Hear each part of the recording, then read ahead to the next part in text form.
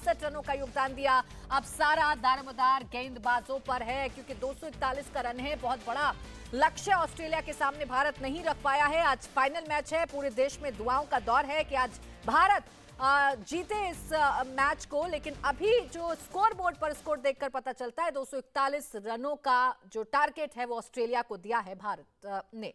और अब क्रिकेट का महायुद्ध देखने के लिए चलते हमारे स्पोर्ट्स एडिटर समीप राजगुरु के पास।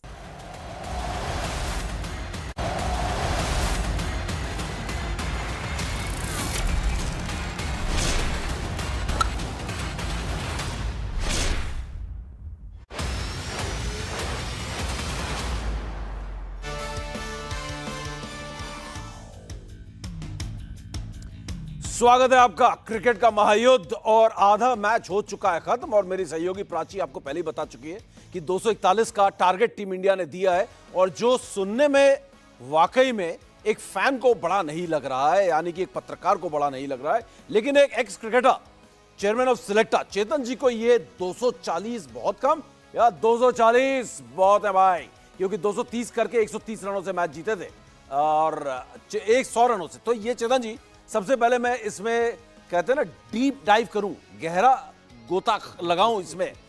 ये 240 या 241 का जो टारगेट यहां पर दिया है हमने ऑस्ट्रेलिया को, और पहले बल्लेबाजी की है, मैं ये कहूंगा कि फिसड्डी बल्लेबाजी नहीं हुई, लेकिन एक फिसड्डी अप्रोच इंटेंट जरूर दिखा है टीम इंडिया का। 29 ओवर एक भी चौका नहीं, 29 ओवर तक एक भी चौका नहीं, बीच में एक 29 ओवर का एक दौरा है, एक अब चौका ही नहीं लगा पाए। केएल राहुल ने 107 गेंदें खेली, 66 रन बनाए और एक चौका लगाया। मतलब ये मुमकिन है क्या कि ऐसे कोई बैटिंग करता है? तो इस तरीके की बैटिंग, श्रेयस अय्यर 4 रन पर आउट हो गए। भैया अय्यर साहब 2 बैक टू बैक 100 लगाकर आए हो, पावर प्ले में जब भी बैटिंग आती है टायर पंचर। तो ये सारी बातें जिस पर मैं बात करूंगा, लेकिन 241 का टारगेट, हालांकि क्रिकेट में एक बड़ी पुरानी कहावत है और एक बहुत बड़ा सच है। सच ये है कि जब तक दोनों टीम उस पिच पर बैटिंग ना कर ले, पिच के बारे में कुछ ना कहें। तो इसलिए चेतन जी 241 का टारगेट कितना मुश्किल या कितना आसान ऑस्ट्रेलिया के लिए? देखिए समीप, अभी जैसे हम बात कर रहे थे कि प्रेशर, आपने कहा ना कि क्या हुआ, क्या प्रेशर, इसको प्रेशर कहते हैं। तभी मैं कहता हूं ना, पहले बल्लेबाजी करें, आप स्कोरबोर्ड पे रन लगा दें। अब ऑस्ट्रेलिया को ये रन लगाने हैं, प्रेशर उनके ऊपर होगा। उन्होंने देखा कि इंग्लैंड के खिलाफ 230 पे आउट हुए थे, 100 रन से मैच हारी थी, और यहाँ इतना आसान नहीं होगा। मैं अभी बार बार कह रहा हूँ, ये विकेट वैसा विकेट नहीं है जो हमें लग रहा है। अनलेस देखिए अब ड्यू कितनी गिरती है, कब गिरती है, कैसे गिरती है, वो कहना बहुत अलग बात होगी। लेकिन जो इस समय करंट सिचुएशन है, वहाँ पर ये 240 रन बनते देख नहीं रहा। और प्राची ने भी कहा ना, दुआओं का वक्त है, दुआ तो हम कर रहे हैं भाई। हम तो सुबह से दुआ कर रहे हैं कि भारतीय टीम को जीतना बहुत जरूरी है, बहुत जरूरी है। कहे जी जान एक लगा दो, जीतेंगे, 100% जीतेंगे, बस ड्यू खलल ना डाले। ये आज भी मैं उस पर कायम हूँ। अब मैं 120 से कम करके 100 रन कर देता हूँ। आप जीतोगे इस विकेट के ऊपर। 240 रन आसान नहीं है समीप, बहुत मुश्किल काम है, ये ऑस्ट्रेलियंस को भी मालूम है। बिल्कुल, हम सब फैंस तो यही जानना चाहते हैं ना कि 240 देखने में आज के मॉडर्न डे क्रिकेट में, आज के जमाने के क्रिकेट में बहुत कम स्कोर लग रहा है कि 241 बस। लेकिन शायद चेतन जी ने कहा है 240 बस नहीं, बहुत ज्यादा है इस पिच पर, लेकिन वो वक्त बताएगा। और एक चीज चेतन जी ने लगातार की कि ड्यू फैक्टर खलल ना डाल दे। ड्यू फैक्टर तब खलल डालेगी अगर आपने पावर प्ले में विकेट्स नहीं लिए, और उनके बल्लेबाज 25-26 ओवर तक एक विकेट के नुकसान पर अगर 70 रन 80 रन भी बनाते हैं, 70-80 रन मैं कह रहा हूं 20-25 ओवर में भी, तब ड्यू फैक्टर आने के चांसेस हैं और उसके बाद उनके लिए बहुत आसान हो जाएगी बल्लेबाजी। अगर आप चाहते हैं कि ड्यू फैक्टर, जिसके आने के कुछ थोड़ा बहुत आज ऐसा लग रहा है कि चांसेस हैं, अगर आप चाहते हैं कि ड्यू से ये मैच आपके हाथ से ना निकल जाए, तो जरूरी ये होगा कि पहले 10 ओवर में या पहले 15 ओवर में आप 4 से 5 विकेट खड़का दें। चेतन जी, वो पावर प्ले इंडिया के लिए बहुत अहम हो जाता है, लेकिन उस पर हम बाद में बात करेंगे। पहले बैटिंग की बात करें। थोड़ा स्कोर कार्ड आपको बता दूं, आज शुरुआत बड़ी जबरदस्त तरीके से की और लगा कि 300 पार स्कोर जाएगा, क्योंकि ऑस्ट्रेलिया पूरी तरीके से बैकफुट पे था। रोहित शर्मा ने 31 गेंदों में 47 रन बनाए, 3 चौके और 3 छक्के लगाए और 152 का स्ट्राइक रेट उनका था। लेकिन अगर बात करें उसके बाद, शुभमन गिल सिर्फ 4 रन बनाकर आउट हो गए और उसके बाद कोहली आए। कोहली ने शुरुआत तो तेज की, लेकिन उसके बाद धीमे पड़ते चले गए। शायद पिच का मिजाज थोड़ा सा बदलता गया। 63 गेंदों में 54 रन बनाए, 4 चौके लगाए, कोई छक्का नहीं। उसके बाद भाई साहब आए श्रेयस अय्यर, जिन्होंने 2 बैक टू बैक 100 लगाया था और चेतन जी को भी भरोसा हो गया था कि हमें दूसरा दिलीप वेंगसारकर मिल गया है यहाँ पर 4 नंबर पे। लेकिन उनका रिकॉर्ड बड़ा पुअर है, बहुत फिसड्डी है। जब भी पावर प्ले में आते हैं श्रेयस अय्यर की हवा खराब हो जाती है, पंचर हो जाते हैं उनके टायर्स। और श्रेयस अय्यर एक बार फिर पावर प्ले में बल्लेबाजी करना है और फिलॉप हो गए, है ना, मजाक में बोलते हैं ना फिलॉप, बिल्कुल फिलॉप हो गए वो। और उसके बाद केएल राहुल पता नहीं क्या खा के आए थे, मुझे समझ में नहीं आया। वो अहमदाबाद में ऐसा खाना मिलता नहीं है, बिरयानी जैसी कोई, जो खा के आपको नींद आ रही हो, आलस आ रहा हो। क्योंकि केएल राहुल ने 107 गेंदों में 66 रन बनाए, और जो 107 में 66 तो फिर भी समझ में आता है, लेकिन एक चौका लगाया, 1 बाउंड्री 107 गेंदों में। इतनी मुश्किल थी गेंदबाजी या इतनी मुश्किल थी पिच? चेतन जी का कहना है ये दबाव है, ये था प्रेशर। 10 मैचेस जीतकर ये टीम, हम सब उम्मीद कर रहे थे कि प्रेशर में नहीं आएगी, और उनको वो करने को मिला जिसकी वजह से प्रेशर नहीं आता है, पहले बल्लेबाजी। लेकिन उसके बावजूद प्रेशर दिखा, दबाव दिखा इस टीम पर, और दबाव में टीम इंडिया बिखरती हुई नजर आई। उसके बाद केएल राहुल के 66 के बाद टीम में कुछ खास था नहीं। रविंद्र जडेजा हमारे ऑलराउंडर आज राउंड ही रहा, उनका परफॉर्मेंस ऑल नहीं रहा।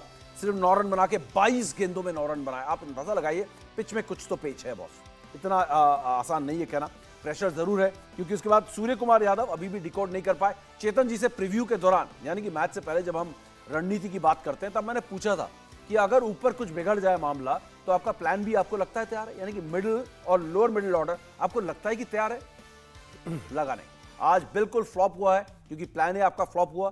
ऊपर से रन नहीं बने, ओपनर्स आपके रन नहीं बना के गए। 47 रन दोबारा आज 47 पे आउट हुए, पिछले मैच में भी 47 पे आउट हुए थे रोहित। शुभमन गिल फ्लॉप हुए। और उसके बाद अगर बात करें, जब आए लोअर ऑर्डर की बात करें, रविंद्र जडेजा 9, मैंने कहा था टेस्ट नहीं हुए। सूर्य कुमार यादव 18 और शमी ने 6, बुमराह 1, कुलदीप रनआउट हुए आखिरी में 10 रन बनाकर, और 240 पे टीम इंडिया हो जाती है ऑल आउट। तो ये है चेतन जी, अगर हम सिलसिलेवार तरीके से चलें, रोहित शर्मा को वो शॉट मारने की निकलकर मैक्सवेल को क्या जरूरत थी? और वो पहले 2 ओवर जो मैक्सवेल ने किए थे उसमें उन्होंने 21 रन दिए, लेकिन रोहित का विकेट ले लिया, और वो एक ऐसा झटका था टीम इंडिया के लिए जिससे उबर नहीं पाए, क्योंकि रोहित इकलौते ऐसे खिलाड़ी थे जो इस पिच पर तेज खेल रहे थे। 3 छक्के भी लगाए, और यही 3 छक्के हैं, जी हाँ, यही 3 छक्के हैं पूरे पारी में। इसके बाद भाई साहब किसी से छक्का भी नहीं लगा। तो ये कैसी बैटिंग है चेतन जी? मैं रोहित से इसलिए मैं यहाँ पर थोड़ा सा शुरू करना चाहता हूँ, क्योंकि एक छक्का, एक चौका आपको मिल चुका था, उसके बाद निकल कर मारने की आपको क्या जरूरत थी? थोड़ा सा रोक लेते अपने रश ऑफ ब्लड को, थोड़ा सा कम कर लेते। आप जानते हैं वर्ल्ड कप का फाइनल खेल रहे हो, कैप्टन हो, और टीम आप पर बहुत भरोसा करती है। समीप, अगर आप पूरा वर्ल्ड कप देखें ना, उन्होंने ऐसी ही बैटिंग की। वो 47 पे हो तब वो अपना रन बनाते हैं। ये एक प्लान के तहत वो खेल रहे थे। 10 ओवर में 81 रन थे। मतलब जो स्टार्ट रोहित शर्मा ने अभी तक दिया है, जो ओपनर्स ने अभी तक स्टार्ट दिया है, आज भी आपके 10 ओवर में 80 रन थे। प्रॉब्लम कहाँ हुई आपकी? जब आप 11 से 20 और 20 से 30, आपकी औसत 3.4 के आसपास की है। आपने रन ही नहीं बनाए वहाँ पर। आपने 11 से 20 के बीच में और 20 से 30 के बीच में रन ही नहीं बने। आपके मुश्किल से 60-65 रन बने हैं। समीप, वहाँ दबाव आया आपके ऊपर। आपका इतना दबाव आ गया कि मतलब आप शेल में चले गए। और एक चौका लगा था, मुझे याद है, 20-22 ओवर के बाद, वो भी केएल राहुल ने स्कूप किया था लेग साइड की तरफ मैक्सवेल को। तो कहते हैं ना कहीं आप थोड़ा शेल में चले गए। ये थोड़ा प्रेशर था। विकेट, मुझे ऐसा पता नहीं क्यों लग रहा है ये विकेट नहीं है भाई। ये विकेट पे रन बनाने आसान नहीं है।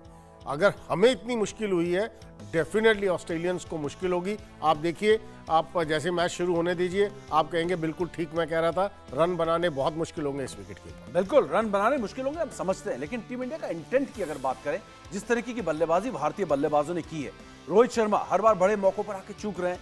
ऐसा कैसे होगा? आप एक बार 47-48 बना रहे हैं, आपको स्टार्ट मिल गया, 31 गेंदों में 47 रन आपने बना लिए, उसको आप अर्धशतक नहीं, अब आप उसको सेंचुरी में तब्दील कीजिए, टीम इंडिया को एक मजबूत स्थिति में पहुंचाइए। वो नहीं कर पाए हो। अब बात करें शुभमन गिल की, वो भी फ्लॉप हुए। इससे पहले मैं श्रेयस अय्यर पर कूदना चाहूंगा, और उसके बाद हम देश के अलग अलग शहरों में चलेंगे। मिड इनिंग्स है, 50 ओवर हो चुके हैं, 240 पे टीम इंडिया ऑल आउट हो चुकी है। लेकिन चेतन जी, ये सवाल, और उसके बाद मैं सीधा अहमदाबाद निर्णय कपूर के पास जाऊंगा। यहां से बात है श्रेयस अय्यर की, वो रिकॉर्ड भी आपको दिखाते हैं। श्रेयस अय्यर क्या हो क्या जाता है जब पावर प्ले में आते हैं, उनसे बैटिंग नहीं होती है। मतलब 20-25 ओवर के बाद आए तो वो खेल सकते हैं, और पावर प्ले में आएंगे तो वो नहीं खेल पाएंगे। नंबर 4 का यही तो सबसे कॉम्प्लिकेटेड रोल है। हो सकता है आप बहुत पहले आ जाएं, और हो सकता है आप फिनिशर के रोल में, दोनों रोल में दिखने वाला जो काम है वो एक ब्रिज की तरह है। मिडिल ऑर्डर और लोअर मिडिल ऑर्डर में। तो ये श्रेयस अय्यर गुत्थी सुलझा नहीं पाए। पावर प्ले का प्रॉब्लम क्या है इनका? ये समीप, इससे बड़ा प्लेटफॉर्म नहीं मिल सकता आपके लिए। मतलब मैं आज बात कहूँ ना, किसी भी प्लेयर के लिए यहाँ पर परफॉर्मेंस मतलब मैटर करती है। देखिए पूरा हिंदुस्तान इस समय ग्लूड है, कहीं ना कहीं वो प्लॉय आज खो बैठे हैं श्रेयस अय्यर। देखिए क्या है ना, जब इस प्लेटफॉर्म पे पहुंच के ही लोग आपसे एक्सपेक्ट करते हैं, पीछे आपने क्या किया सब भूल जाते हैं, कोई याद नहीं रखता है। लेकिन ये प्लेटफॉर्म था, आज मुझे लगता है थोड़ा जल्दबाजी कर गए, जरूरत नहीं थी उस जल्दबाजी की, खड़े रहना था। विराट कोहली जैसा प्लेयर अगर आपके साथ खड़ा है, आपको तो सिंगल देना और विराट कोहली को खिलाना है। कहते हैं एंजॉय करो क्रिकेट सामने से खड़े होकर। अगर इतना बड़ा प्लेयर, मैन इन फॉर्म, जिसके 700 रन है इस वर्ल्ड कप के अंदर, आई थिंक सो आज श्रेयस अय्यर कहीं ना कहीं ये मिस कर गए हैं। उनको भी दुख लगा होगा, लेकिन कहते हैं ना दुख तो जरूर लगेगा। हमें ज्यादा हो रहा है, हमें दुख लग रहा है क्योंकि हम इस समय फंसी हुई सिचुएशन में है। फंसी हुई सिचुएशन है, बिल्कुल। इसमें कोई मैं ये बात बार बार कह रहा हूं, मुझे मालूम है 240 रन हमने नहीं सोचे थे। मैं 280 से शुरू हुआ था, 320 तक पहुंच रहा था, लेकिन 240 रन ठीक है विकेट, क्योंकि जो मुझे इनके बॉडी लैंग्वेज से पता लग रहा था ना, केएल राहुल और विराट कोहली के, कि बॉल आ नहीं रहा उनके पास।